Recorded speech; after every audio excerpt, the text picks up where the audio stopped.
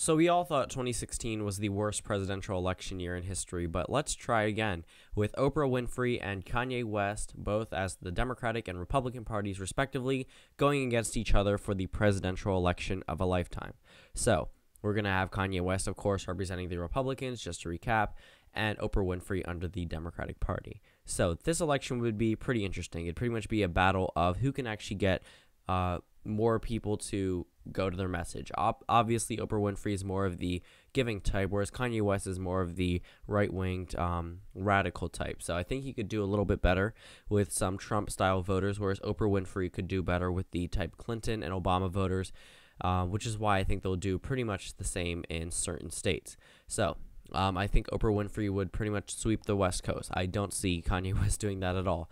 And I really don't see Kanye West winning over any more African-American voters, considering Oprah Winfrey is on the Democratic side, and there really wouldn't be that gap between the two. And racial tensions in this election, to be completely honest with you, would probably be a lot less than if it would be Donald Trump versus any Democrat, just based off the fact that we have two African-American candidates running, and it'd definitely be something that's interesting, and it wouldn't be focused on race whatsoever. There would be pretty much no discussion of it, and I think this would actually be a pretty fun election, but something that could be the worst thing you could experience in your lifetime as well.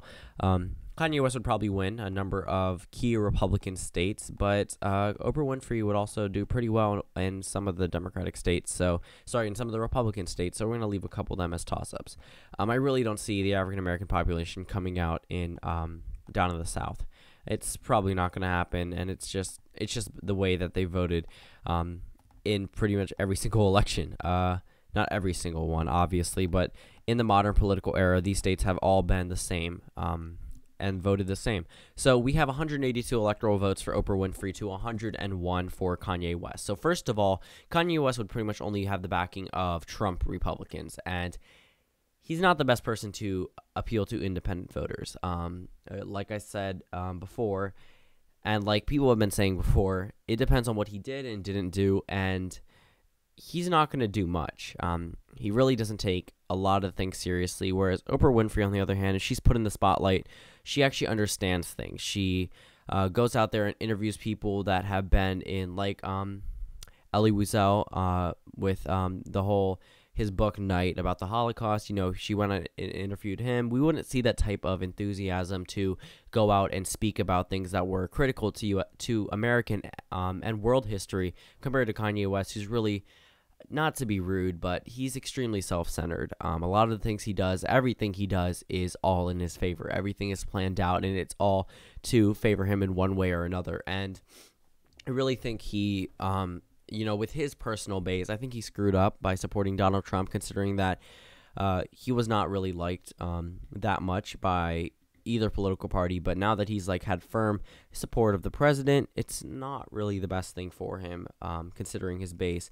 And, considering that minorities make up a portion of his viewership and his that listen to his music, that buy his clothing, they aren't in full-fledged support of the president. If anything, they really dislike him based off how voting patterns have been. And that's just a reality. It's not like a race type thing. It's just a reality. Minorities typically vote Democratic, and they're not really in the support of the president right now, especially this president. If it was another Republican president, there could be a little bit higher approval ratings amongst Black, Hispanic, just generally minority voters. But this president in particular, Donald Trump, is not so liked whatsoever.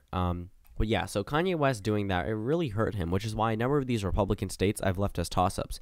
I think Oprah Winfrey would pretty much carry every single state Hillary Clinton did. It would be pretty easy for her. She would pretty much demolish Kanye West at a debate. And, Kanye West isn't really that type of candidate. To be honest, he doesn't really care about really important things, which is something that's definitely his fault. So at this point, Oprah Winfrey has 232 electoral votes. When she gets a microphone, I really think that she would be able to appeal to a number of voters. Kanye West really can't do that. A lot of you, if you support the president, you may be like, I would vote for Kanye West over Oprah Winfrey. Okay, but that's you. That's not America in general. And that wouldn't be America in general, because Oprah Winfrey is extremely popular. Kanye West is a controversial figure. The only people who really are opposed to Oprah Winfrey aren't even Trump Republicans. They're the small minority of the Republican Party. And her possibility of running really got some people starting to dislike her, but it wasn't a full-fledged, I don't like you, I would never vote or support you. I mean, even though she is a celebrity, if we were opposed between these two, again, you'd be like choosing the lesser of two evils. And America, I think, in this situation would definitely choose Oprah Winfrey over Kanye West. I think she would pretty much win the Rust Belt. And down in the South, I think that she would do well there. But I don't see states like Missouri and Indiana really slipping away from Republican control, Montana, Texas. But those are pretty much the only few states that I think would actually be like called early enough for Kanye West to be in the game, enough to win. Because if these states are gone, the rest are gone as well. I think Oprah Winfrey would do pretty well in North Carolina. I think she could appeal to those type of voters, but she's not going to win in Georgia. I think she would win Ohio. I think she would win Iowa, but I don't see her winning Arizona or Nebraska, but I see her winning up in Maine. So this puts her at 347 electoral votes to Kanye West's 191. The reason why I gave her Iowa and Ohio is because, again, I think she definitely has a better appeal to working class voters than Kanye West would. A lot of his fortune was not really built that much on working himself up. Oprah Winfrey built an empire under her name, and that's the same thing Donald Trump did. Now, again, as I said in my other video before this one, a lot of you have been comparing Kanye West and Donald Trump to being similar with the businessman identity. That's not really how America views it, and that's not really true whatsoever. They have two completely different stories, whereas Oprah Winfrey, I think, could definitely do a little bit better at appealing to, not a little bit, but a lot better at appealing to working class voters and getting her message out there. And she's pretty much well known as someone who gives to people, someone who's compassionate, and that's something that's really going to aid her if she does choose to run for president, especially if Kanye West, who running against her, obviously this election would never happen, but this is how I think it would end up. So the final electoral map finishes off with Oprah Winfrey at 347 electoral votes to Kanye West 191. Thank you guys for watching this video. Comment down suggestions below, and I'll see you all tomorrow.